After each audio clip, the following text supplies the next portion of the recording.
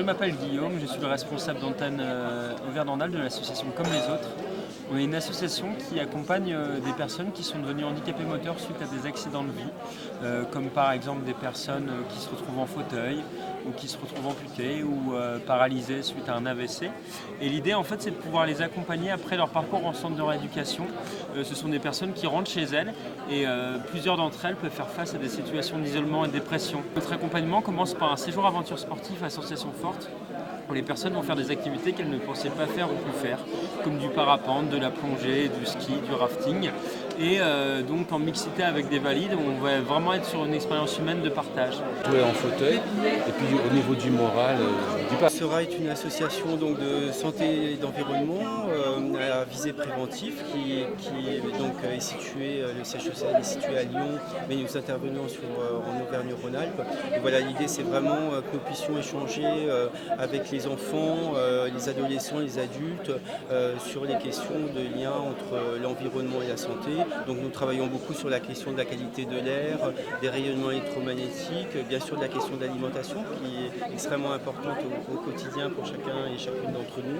On est l'association Deux Petits Pas pour Demain. C'est une association qui œuvre pour les enfants en situation de handicap et leurs familles, pour les accompagner en créant un centre ressources et formation à Mornan, accessible pour les familles, pour pouvoir échanger, partager sur la prise en charge des enfants. Aussi trouver des solutions au niveau de tout ce qui est activités associatives, que ce soit dans le domaine culturel ou le domaine sportif.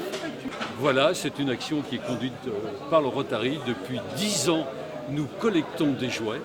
Ces jouets sont remis à des enfants handicapés. Alors, comme vous le voyez sur le panneau qui est là-bas, pour vous donner un exemple, l'année passée, nous avons collecté 5000 jouets, dont 1000 pluches. Ces jouets sont pliés et vous voyez ici des paquets qui représentent les jouets. Et ensuite, ils sont remis par nos soins à différents enfants handicapés dans divers organismes avec qui nous collaborons. Nous, c'est l'association L'été musical, donc une association lyonnaise qui existe depuis 1996 et qui accompagne des personnes en situation de handicap avec des ateliers de musique adaptés. Donc on accueille tout type de handicap confondu. Et on a une partie musicothérapie, donc la musique dans le cadre de soins. Donc on intervient dans 37 établissements de la métropole de Lyon auprès de personnes qui sont polyhandicapées, notamment pour la musicothérapie. Abdelatif Riani, président de l'association Essaouira France-Maroc, basé à Lyon, au quartier de Saint-Rambert à Lyon 9e. On travaille sur des projets de vivre ensemble pour favoriser et développer des relations fraternelles à travers l'entraide, le partage, la solidarité, la convivialité. On accompagne surtout notre projet principal, c'est d'accompagner les coopératives de production des femmes, de production d'huile d'argan dans les régions d'Essaouira et pour la préservation de l'arganier qui est un arbre en voie de disparition. Épilepsie France, c'est une association de patients épileptiques et on est la plus grande association en France, répartie un peu sur toute la France. Et notre objectif, c'est d'aider, d'accompagner, d'informer les personnes épileptiques et leur entourage sur comment vivre l'épilepsie, gérer la vie de tous les jours. Et s'il y a des opérations, des trucs comme ça, des trucs un peu spécifiques à gérer. Voir éventuellement des éléments sociaux à gérer. Alors nous, on s'appelle Handicapés Basion. On fait de la randonnée en montagne avec des personnes à mobilité réduite. Et pour ça, on utilise un fauteuil qui est stylisé ici, un fauteuil suspendu sur une roue, brancard avant, brancard arrière, vous avez un exemplaire à côté, et qui permet de faire de la randonnée valide et personnes handicapées ensemble, puisque ce fauteuil, il faut obligatoirement 2 personnes, une à l'avant et une à l'arrière pour qu'ils puissent aller en montagne, et sinon c'est pas possible. Il n'y a que de la traction humaine. Et le principal intérêt, c'est de faire des choses ensemble, valides, handicapés, parce que Bon, sur ces séjours de randonnée, il se passe beaucoup de choses, quoi. Il y a des liens qui se créent, il y a des échanges, et c'est tout l'intérêt puisque malheureusement dans notre société, chacun vit de son côté. On est aujourd'hui ici pour représenter l'association de sauvegarde de l'hôpital Henri Gabriel. C'est une association qui se bat pour empêcher la fermeture d'un hôpital de patients handicapés qui s'appelle Henri Gabriel à Saint-Genis-Laval. Un hôpital menacé de fermeture et les patients risquent de perdre un parc de 10 hectares, un parc qui est essentiel pour la rééducation, mais aussi pour leur bien-être physique et psychique. Donc dans notre association, il y a des patients en situation de handicap, il y a des familles comme Marie-Jeanne, moi je représente les soignants. Et notre objectif, c'est de convaincre à la fois la population et aussi les élus que ce parc est vraiment indispensable pour les personnes qui basculent dans le handicap du jour au lendemain. Qu'on est capable de fermer un hôpital qui accueille des personnes handicapées, où ils ont des situations où ils peuvent reprendre à la fois une rééducation efficace et aussi le moral à travers le parc. Et ça, on n'hésite pas à le fermer au nom d'économies budgétaires. Donc fermer un hôpital comme cet établissement, qui est tellement indispensable, c'est pas faire de handicap la priorité. Donc c'est pour ça que ce gouvernement a beau parler de priorité, comme ceux d'avant, mais dans les faits, on n'hésite pas à fermer un établissement essentiel pour la rééducation, et c'est bien dommage. La société n'est pas du tout permissive encore de ces parentalités. La PMI, protection maternelle et infantile, reste suspicieuse. Quand l'éducation nationale ou le centre de loisirs organise une sortie parent-enfant, souvent c'est pas accessible pour le parent en situation de handicap. Et donc je trouve que cette question de la parentalité des personnes en situation de handicap est assez illustrative de ce qu'on appelle le validisme. C'est la vision valide la vision des personnes valides sur les personnes en situation de handicap, et qu'il y a un lien direct entre cette culture française et le retard qu'on peut avoir en France en termes de normes et de lois.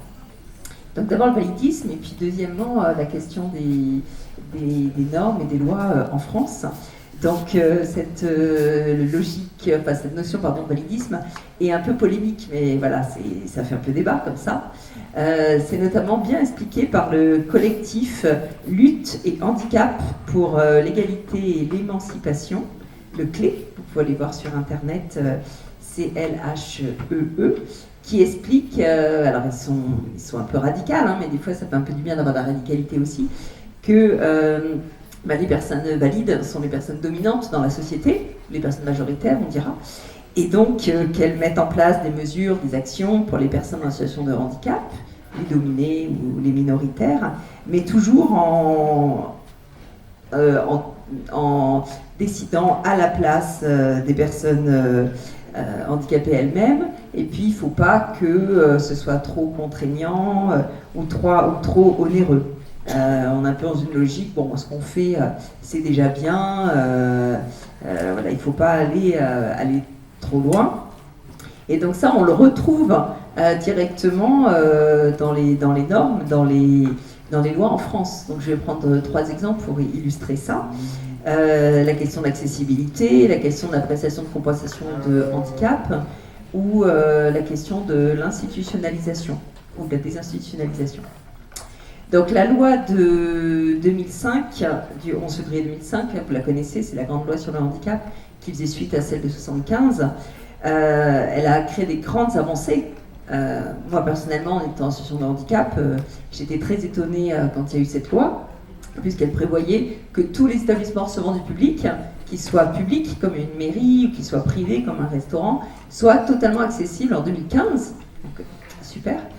Et aussi, par exemple, que l'appréciation de compensation du handicap permette aux personnes handicapées de pouvoir faire ce qu'elles souhaitent dans leur vie en étant aidées par des aidants.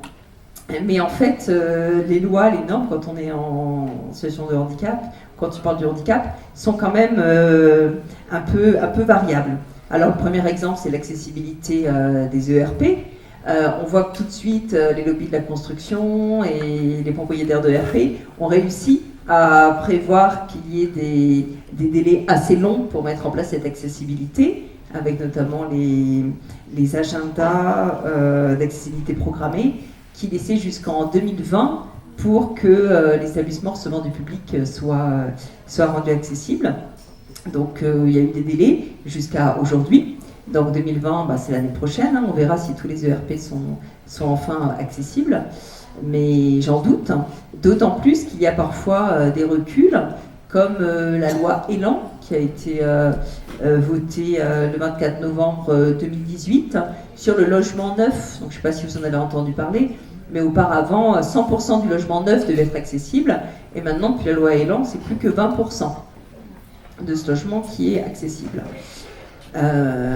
Et même de toute façon, quand il y a des normes qui rendent accessible, c'est pas forcément suivi des faits, parce que on sait que les personnes handicapées vont pas faire de recours parce qu'elles peuvent pas accéder au restaurant, à la boulangerie ou à tel ou tel endroit. Bon, même exemple concernant la prestation de compensation du handicap, qui part d'une très bonne intention de pouvoir permettre aux personnes handicapées de mener leur projet de vie. Alors déjà, la notion de projet de vie, c'est un peu discutable, parce que les personnes valides n'ont pas à faire leur projet de vie pour décider ce qu'elles ont envie de faire au quotidien. Mais bon, les personnes handicapées, on leur demande un projet de vie. Et ensuite, il y a eu beaucoup de polémiques sur la manière dont cette prestation de compensation de handicap est évaluée et décidée par les maisons départementales des personnes handicapées, notamment à travers le guide qui cotait X minutes pour prendre une douche, X minutes pour avaler un repas, X minutes pour aller aux toilettes. C'est quand même une manière assez maltraitante de voir les personnes en situation de handicap. Voilà, dernier exemple, la question de la Convention internationale des droits des personnes handicapées que la France a votée et ratifiée. Mais là encore, dans les faits, ça ne suit pas. La rapporteuse de l'ONU est venue faire son inspection en France en janvier cette année. Et en fait, elle a noté beaucoup de recul, notamment sur la question des institutions. Elle a dit, je sais que c'est polémique, mais il n'existe pas de bonne institution. Du moment où dans une institution de personnes handicapées, c'est les règles de l'institution qui prévalent sur la volonté de la personne de manger quand elle le souhaite, de se lever quand elle le souhaite. L'institution doit rester une solution ponctuelle dans certains besoins, mais pas un projet de vie où on vit tous les jours pendant des années. Et malgré ça, la France continue à créer des places, entre guillemets, plutôt que de travailler plus activement sur des solutions pour vivre à domicile ou pour vivre au sein de la communauté, dans les villes, avec un système qui est organisé pour accompagner les personnes dépendantes. Voilà. Donc en conclusion, moi je pense que la solution pour apporter une vraie égalité aux personnes en situation de handicap et une vraie dignité, c'est toujours de se poser la question du droit. Les personnes handicapées ont les mêmes droits que tout le monde. Or, ces droits sont souvent soit totalement refusés. Par exemple, les personnes en situation de curatelle ou de tutelle n'ont pas le droit de vote. Ou sinon, les droits sont reconnus, mais en fait, ils ne sont pas effectifs. Quid de la liberté d'aller et venir quand les transports en commun, la voirie ou les établissements recevant du public ne sont pas accessibles. Quid de la liberté d'avoir des relations sociales quand il n'y a que 20% des logements qui sont accessibles et donc que les personnes en situation de handicap ne peuvent pas aller chez des amis, dans leur famille, très facilement. Dernier exemple, quid de la liberté de fonder une famille quand le droit à la parentalité n'est pas vraiment reconnu. Et voilà, on pourrait lister le droit au travail, le droit à l'éducation, etc., etc. Donc voilà pour ce petit témoignage, ce petit coup de gueule sur la question des droits des personnes en situation de handicap. Merci de votre intervention et notes. Je voulais savoir si vous avez des questions à poser, n'hésitez pas. Après, d'accord. D'accord. Voilà. Donc, nous avons en compagnie Hassine Chérifi, qui est parrain du Festival de l'handicap. Des applaudissements, s'il vous plaît.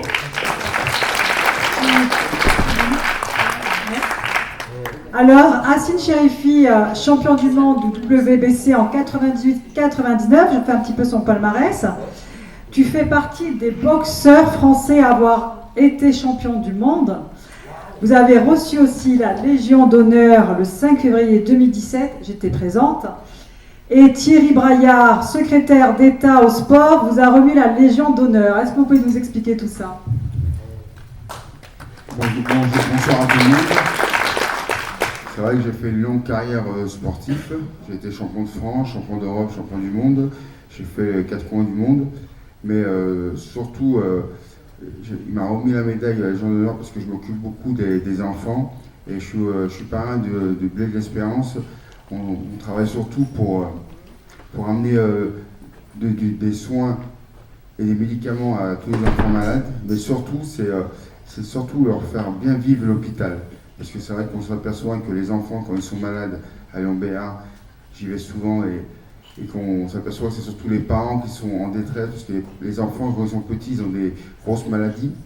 Ça ne perçoit souvent pas trop ce qu'ils ont, mais on voit à travers les parents que c'est des fois des maladies lourdes, pour des handicaps, et de fois on voit qu'ils ont toujours le sourire, et de fois même ils m'apportent du bonheur pour moi, parce que quand je vais les voir, c'est vraiment, ils ont toujours le sourire, pour eux ils sont pas malades, de fois même ils me disent à leurs parents que non, mais t'inquiète pas, papa, maman, tout va bien, moi je vais bien, et c'est vrai que des fois c'est des maladies qui sont très lourdes, et pour moi quand je vois le concert que j'ai vu tout à l'heure, moi ça m'a ému, parce que aujourd'hui, dans un monde, en France, on veut toujours le plus beau, le premier de la classe et tout. Et moi, je vois pendant des années à l'école, on me disait « Ouais, tu n'y arriveras pas ».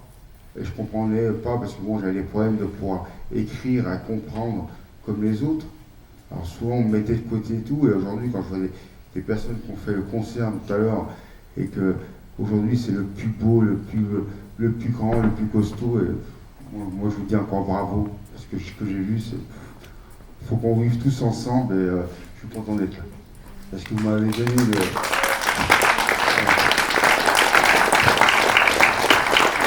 Donc, vous êtes impliqué dans le monde associatif. Vous pouvez nous en dire quelques mots?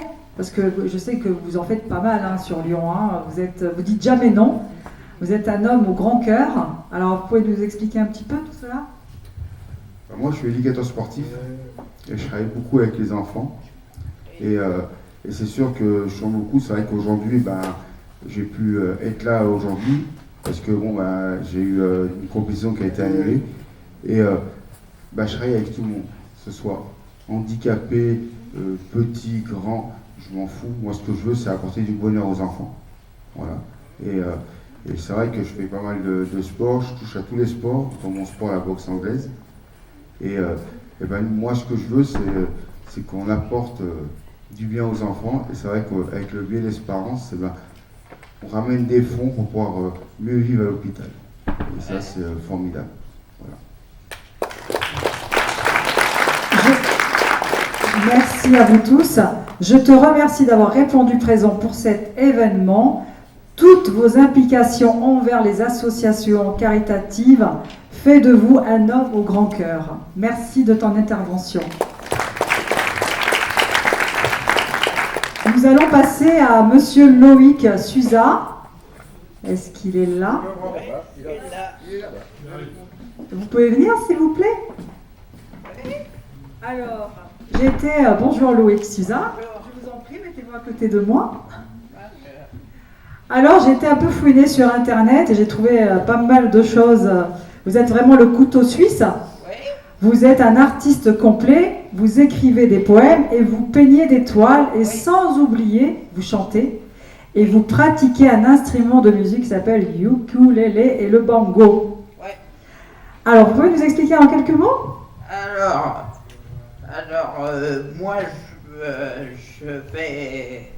Voilà, c'est vrai que je fais pas mal de trucs, mais avant tout, ce que je fais, je veux simplement juste mettre un peu une part de rêve au fond de moi et faire rêver mon entourage. C'est vrai que je suis handicapé, je suis travailleur, plein de choses, mais avant tout, voilà, c'est vrai que la vie, des fois, on peut dire, m'a pas gâté, mais la vie, des fois, comme je dis, m'a pas gâté, c'est vrai, à travers les hôpitaux et tout, mais quand même, j'ai réussi quelque chose, parce qu'il y en a certains valides c'est vrai que, d'après moi, si j'avais pas été handicapé, entre autres, j'aurais peut-être pas suivi le même parcours, pas vu les mêmes personnes, et voilà. Donc pour moi, c'est pas tout à fait... Voilà. Il y a un poème qui dit, que j'ai écrit, qui dit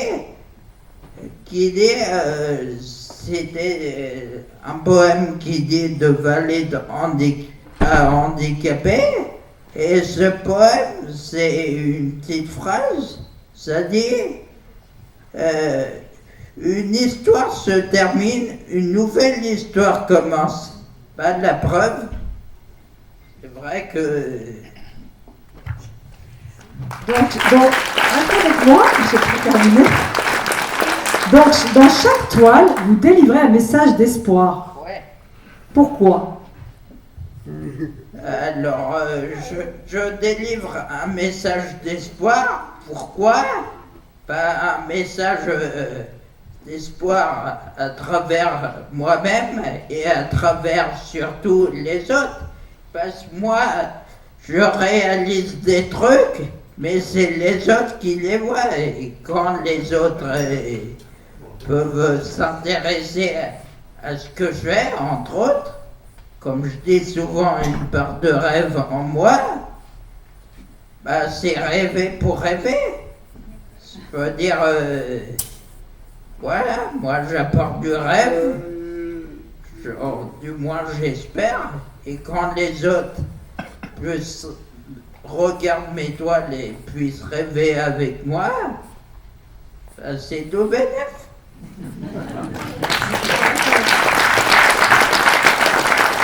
Je sens que vous avez une énergie débordante et que vous voulez la partager et l'exprimer à travers les gens. Oui. Pour moi, comme j'ai dit tout à l'heure, la vie m'a pas gâté, mais c'est vrai que j'ai une énergie. Et puis moi, je vais vous dire, c'est pas personnellement moi qui est allé vers l'art, c'est l'art qui m'a choisi d'un côté. Et voilà, moi, l'art, faire de l'art pour moi, c'est une partie de ma vie. J'ai toujours voulu être quelqu'un et je peux m'exprimer à travers l'art, donc allons-y.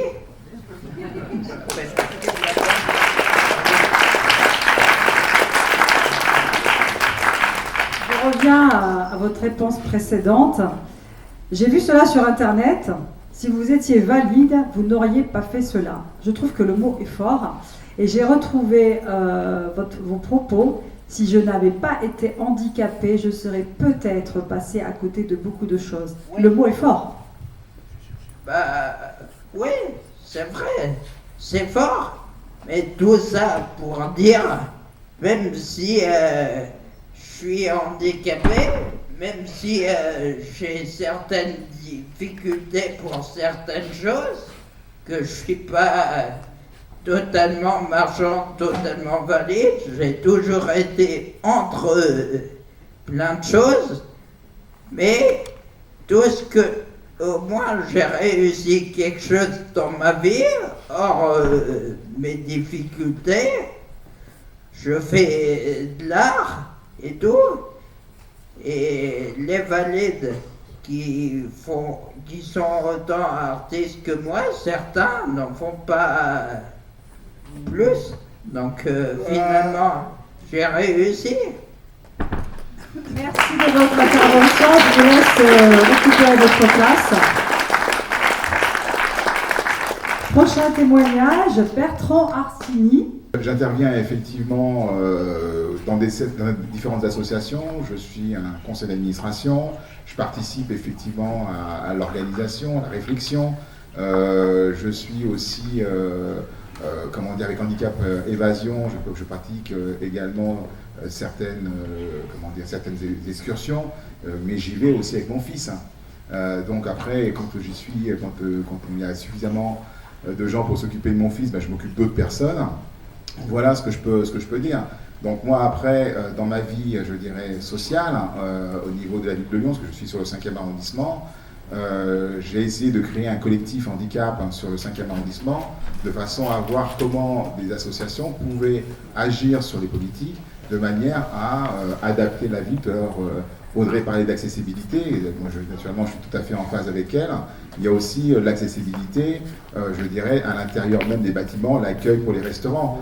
Qu'on puisse rentrer dans un restaurant, c'est une chose, mais vous avez des personnes qui sont en situation de handicap et pour qui commander un menu, commander un plat est assez compliqué. Si vous rentrez, si vous êtes une jeune femme et que vous souhaitez vous habiller, mais que vous avez une serveuse qui n'est pas forcément très attentive aux difficultés que la personne a pour choisir ses vêtements, c'est un peu compliqué. Si vous êtes malade, vous cherchez un médicament, mais vous avez du mal à vous exprimer parce que vous avez un rhume, etc. Donc en fait, le travail qu'on avait organisé sur le 5e arrondissement de Lyon n'était pas seulement un travail sur les sur les agendas d'accessibilité, mais c'est aussi sur l'accueil au sens large du terme, dans les restaurants, dans les boutiques, dans les pharmacies, et puis éventuellement pour les pharmacies qui sont à proximité de centres où il y a des personnes qui ont des difficultés du type sourd et muet, de façon à apprendre le langage des signes, etc. etc.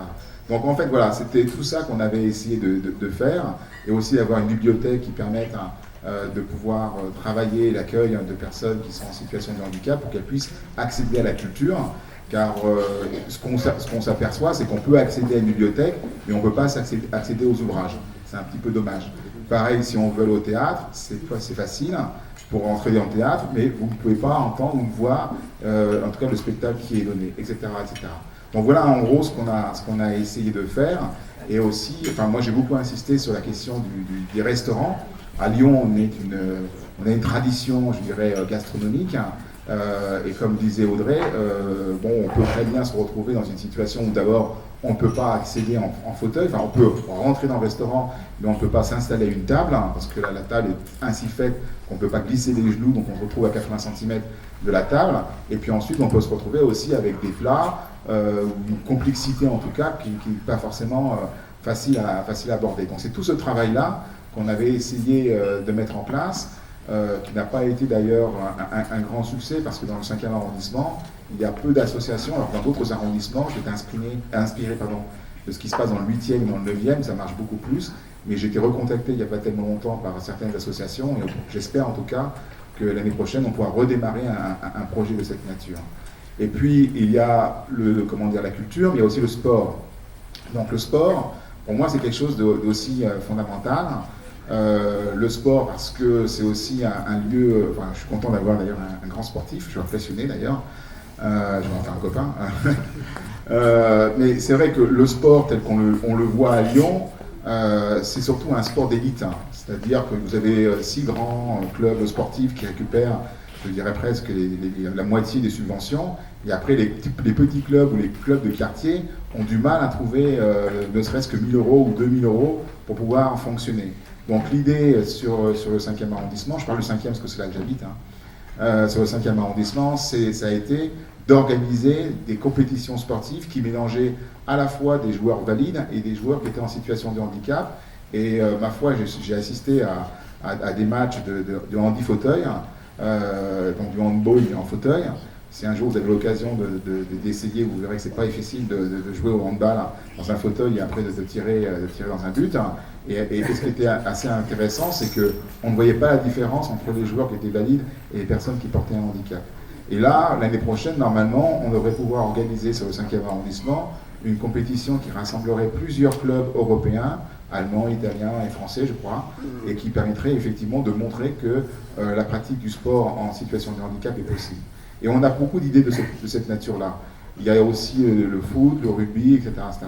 Bon, pour revenir à votre question, donc là j'improvise totalement, mais c'est vrai que je crois que la question de la culture, la question des loisirs, la question du sport, et je pourrais en citer encore plein d'autres, ça va passer d'abord par des volontés des politiques locaux, des volontés, pas seulement des associations parce qu'elles sont demandeuses, mais aussi des politiques locaux de façon à, être des catalyseurs, de façon à montrer que c'est possible.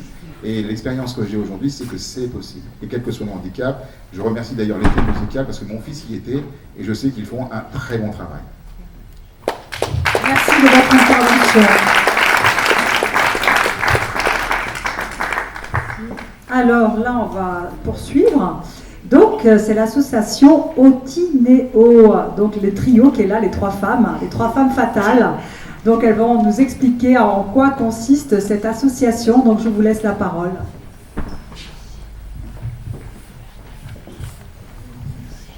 Alors, du coup, voici Anne, bonsoir, Isabelle et moi-même.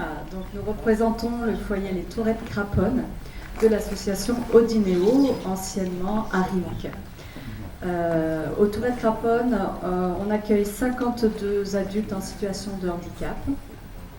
Et puis ces dernières semaines, on a travaillé ensemble, on a interrogé les résidents, les professionnels sur le qu'est-ce que vivre ensemble.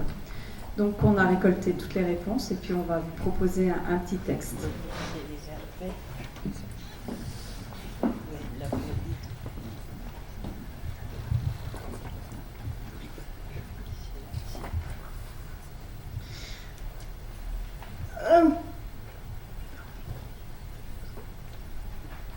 Vivre ensemble, c'est pas toujours facile parce qu'on est handicapé et c'est dur pour nous. Oui Anne, et c'est s'adapter, c'est supporter les personnes avec qui vous vivez chaque jour. C'est aussi nous les étudiants pour être comme ça, parce qu'on a besoin d'aide des fois. Voilà, on a besoin d'aide des fois pour aller au petit coin. Vivre ensemble, c'est partager des moments de fête, des anniversaires, mais c'est aussi des moments plus compliqués, partager les difficultés des uns et des autres. Vivre ensemble, c'est se soutenir, parce qu'il y a des aides des fois et tout. Voilà, on se soutient mutuellement. Vivre ensemble, c'est prendre le temps de l'écoute. Et ce temps, vous nous le dites, il manque trop souvent. Vivre ensemble, c'est avoir confiance aux gens. Et des fois, il y a des difficultés, mais on demande de l'aide aux éduques, aux professionnels qui sont là. Anne, nous sommes tous dépendants de quelqu'un d'autre, dans différentes raisons, dans différentes situations.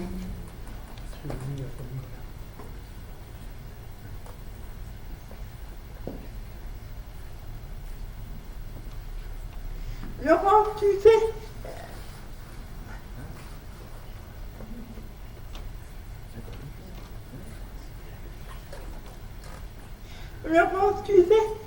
il y a des fois, il y a des personnes qui sont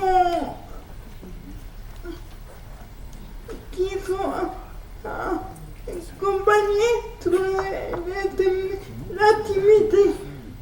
Oui, c'est pas simple. C'est faire preuve, pour les professionnels aussi, de bienveillance et pour les résidents, les uns envers les autres. Vivre ensemble, c'est aussi des contraintes et des difficultés. Attendre son tour pour avoir besoin d'aide, pour participer à une activité, pour écouter la musique que l'on aime sur l'ordinateur.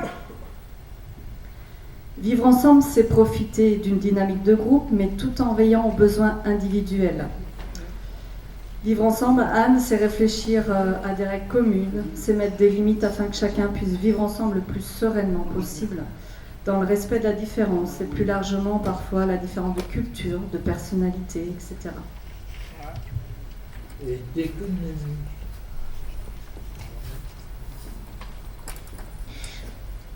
vivre ensemble aussi, c'est aller dans les écoles comme moi j'ai fait. Excusez-moi, comme moi j'ai fait, parce que pour nous, c'est une délivrance pour unir les enfants et pour faire connaître le handicap. C'est aussi aller aux bibliothèques, au spectacle et en concert, au restaurant. C'est inviter nous accueillir les voisins, les personnes du village, lors du marché de la création. Vivre ensemble, c'est aussi profiter de l'aide des bénévoles pour accompagner les résidents vers davantage d'activités extérieures. Par exemple, à l'été musical, auprès de Justin, dans les lieux de culte, pour des concerts, des spectacles, etc.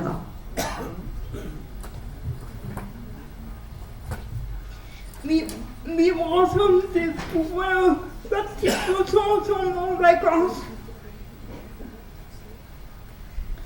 On transfère avec les professionnels. Moi j'ai fait un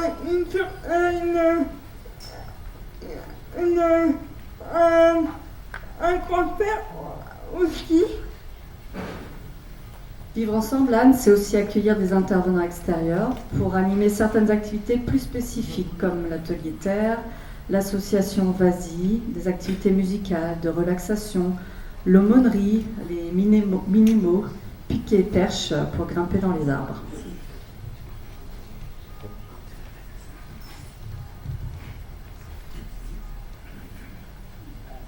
Vivre ensemble, c'est aussi un avantage parce qu'on demande de l'aide aux éduques en fait, on demande de l'aide pour les courses parce que nous, on peut pas se déplacer tout seul. On doit demander à une personne. Vivre ensemble, c'est permettre à tous de pouvoir prendre le bus quand tout fonctionne bien.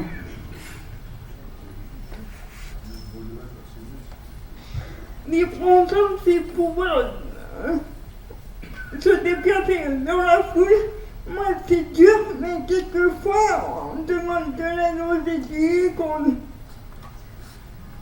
parce que les gens vont vite et ils font pas attention à nous. Ça, c'est dommage. Mais bon, ça, c'est dommage. Oui, et vivre ensemble, c'est aussi pouvoir aller dans des magasins accessibles, avoir suffisamment de place pour circuler et ne rien casser. C'est pouvoir compter sur l'aide des autres dans les magasins, par exemple. Pouvoir attraper des produits, demander de l'aide. A priori, les personnes sont sympas de manière générale.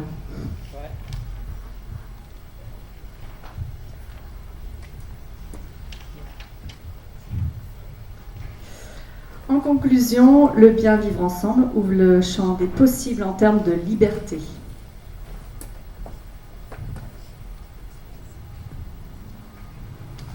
Vivre ensemble, c'est pas qu'on se juger, excusez-moi, pas qu'on se juger, parce que il y a des moments où moi j'ai certains résidents que je suis dans le foyer des Tourelles, j'ai des résidents à se respecter.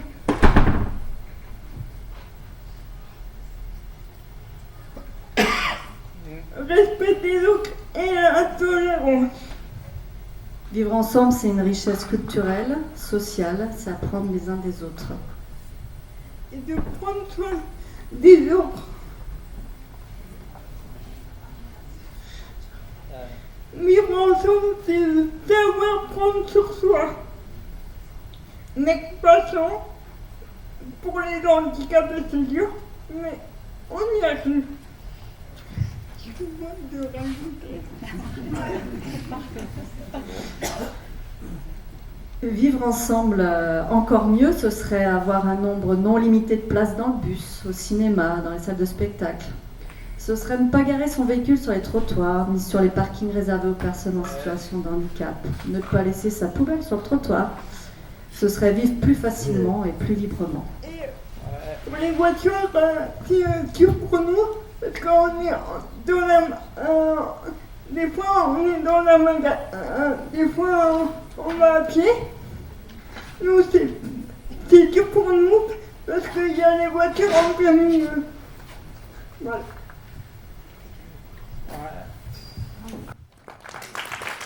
Merci à toutes les trois, là, les trois Wonder Woman. Vraiment, bravo à vous trois et vraiment, on vous souhaite que des belles choses.